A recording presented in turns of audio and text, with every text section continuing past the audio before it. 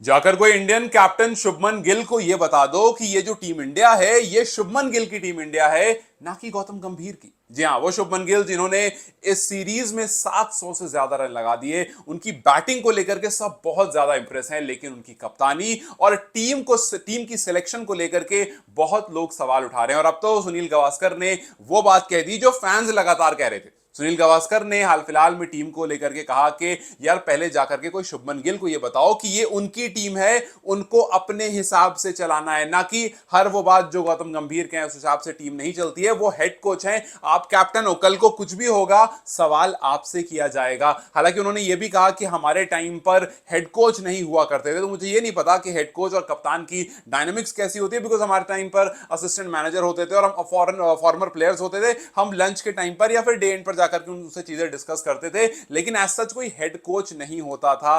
But इस time पर जिस तरह से आप गौतम गंभीर की तरफ देखते हैं, आप खुद सोचो, जब से गौतम गंभीर आए एक बड़ा नॉर्मल सा नैरेटिव हमने देखा है कि ऑलराउंडर की तरफ टीम काफी ज्यादा जा रही है। और रीसेंट टाइम्स में कुलदीप यादव के सिलेक्ट ना किए जाने पर बहुत सारे सवाल उठ रहे हैं। और उन्हीं उसी एंगल पर बात करते हुए सुनील गावस्कर ने भी कहा कि शुभमन गिल को यह पता होना चाहिए कि किस प्लेयर को वो चाहते हैं, क्योंकि हाल फिलहाल में नासिर हुसैन ने यह कह दिया था कि शार्दुल ठाकुर को लेकर के कि शुभमन गिल की पसंद है कि नहीं है। तो जैसे ये सवाल उठता है ना कि यार कप्तान इसको चाहता है टीम में या नहीं चाहता है, वहां पर उठ जाता है कि यार अगर कप्तान नहीं चाहता है तो फिर और दूसरा कौन है जो चाहता है, जिसकी वजह से यहां पर चीजें चेंज हो रही।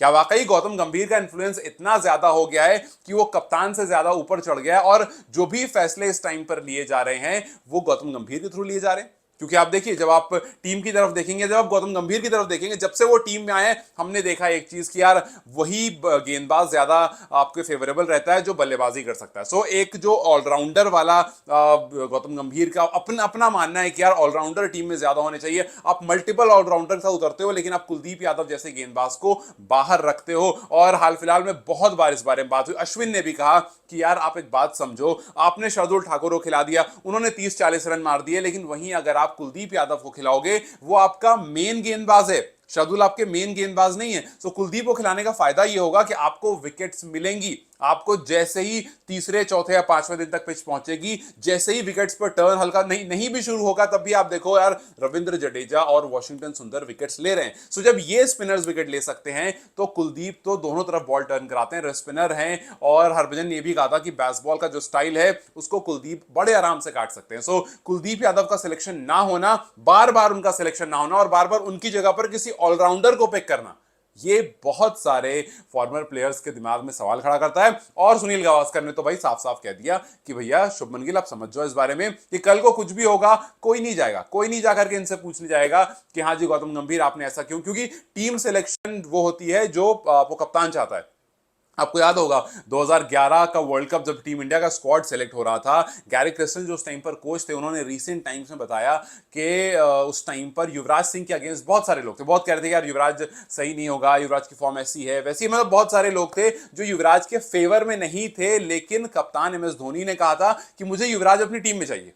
सो कप्तान जो चाहता है ज्यादातर क्या हमेशा वही होता है, कप्तान कहेगा भाई मुझे ये वाली 11 दो तभी मैं रिजल्ट ला करके दे पाऊंगा, अगर ये 11 मुझे नहीं मिलेगी तो वहां पर मामला अगर खराब होगा तो मैं जिम्मेदार नहीं होगा। अगर आपने रूमर सुनी होगी विराट कोहली के टाइम पर, जिस टाइम पर अनिल कुंबले का और विराट कोहली के बीच में काफी ज्यादा टसल हुआ था, उस टाइम भी बात यही निकल कर आई थी कि कप्तान की बातें नहीं मानी जा रही है या कप्तान का जो एंगल है वो कॉन्फ्लिक्ट ज्यादा हो रहा है। और विराट कोहली थोड़े दूसरे टाइप के आदमी थे। विराट कोहली ऐसे थे जो अपनी बात मनवाना जानते थे और थोड़ा रिजिड थे कि भाई मुझे ये टीम दो तब परफॉर्म करके दूंगा, और अगर इस टीम के देने पर परफॉर्मेंस नहीं आई तो मैं रहूंगा जवाब देने के लिए। वो हमेशा उस टाइम पर वहां खड़े रहते। सो वो उस टाइप के थे जो थोड़ा चढ़कर काम करते थे। लेकिन शुभमन गिल में वो चीज थोड़ी सी कम देखी जाती है। इनफैक्ट जब पहले दूसरे टेस्ट मैच में वो कप्तानी करते हुए देखा गया तो कुछ फॉर्मर इंग्लिश प्लेयर्स ने सवाल उठा दिया कि यार आप ना बड़े प्रोएक्टिव टाइप के नहीं हो, मतलब आप रिएक्शन तब देते हो जब एक्शन हो जाता है, और उसमें कोई फायदा नहीं कि दो स्लिप में शॉट लग गए तो आपने एक प्लेयर स्लिप में लगा दिया, दो मिड विकेट पे शॉट लग गया तो आपने एक प्लेयर उठा करके mid wicket, deep mid wicket लगा दिया, तो ये प्रोएक्टिव प्लेयर नहीं होता। आपको पहले से नहीं पता, आप 2 शॉट मारने के बाद प्लेयर लगाते हो। तो इस तरह की चीजों को लेकर के, उनकी बॉलिंग सिलेक्शन को लेकर के, उनकी फील्डिंग सिलेक्शन को लेकर के, और फिर उनकी ओवरऑल टीम सिलेक्शन को लेकर के लगातार सवाल उठ रहे हैं। और उसके बाद आकर के लगातार ये बात हो रही है कि यार ये ऑलराउंडर वाली चीज पर थोड़ा कम फोकस करो, थोड़ा जो बैटिंग की दीवानगी है, जैसा कि अश्विन ने कहा था कि जो बैट्समैन की दीवानगी है इसको थोड़ा कम करो और थोड़ा सा आकर के इस काम पर फोकस करो कि आप अगर मेन बॉलर खिलाओगे तो वो आपको रिजल्ट लाकर देगा। अगर 2-3 विकेट भी, माना कि कुलदीप ने 10 रन बनाए, 5 रन बनाए, लेकिन 5 रन बनाने को अगर आकर के वो 2 क्रूशल विकेट ले लेते हैं तो वो टीम इंडिया को मैच जिता देगा। 40 रन मैच नहीं जिताएगा, कभी कभी 40 भी जिता देगा, बट उनका कहना यह था कि 40 रन से ज्यादा बड़ा होता है 2-3 विकेट। अगर कुलदीप आकर के वो 2-3 विकेट ले लेते हैं तो आपके लिए वो काफी ज्यादा फायदेमंद होगा। तो अब देखना बस ये है कि फिलहाल इंडिया जो अपने लास्ट डे पर है, इसका रिजल्ट क्या होता है, बिकॉज अगर रिजल्ट खराब रहा तो फिर ये बात निकलेगी। अगर रिजल्ट अच्छा रहा तो हो सकता है बात दब जाए, लेकिन दबने वाली बात यह है नहीं। कुलदीप को लेकर के अगला जहां जो मैच होगा उसकी पिच को लेकर के ऑब्वियसली पहले बात होगी, और फिर उसके बाद बात यह जरूर निकलेगी कि क्या कुलदीप यादव को खिलाया जाए या एक और टेस्ट मैच, मतलब 5 के 5 टेस्ट मैच कुलदीप यादव बाहर से बैठकर देखते रहेंगे। काफी बार हमने पिक्चर्स देखी, आते हैं कुलदीप पिच पर खड़े होते हैं, एनालाइज करते हैं, देखते हैं, शैडो बॉलिंग करते हैं, लेकिन उसके बाद जब मैच होता है तो वो कहीं नहीं दिखते।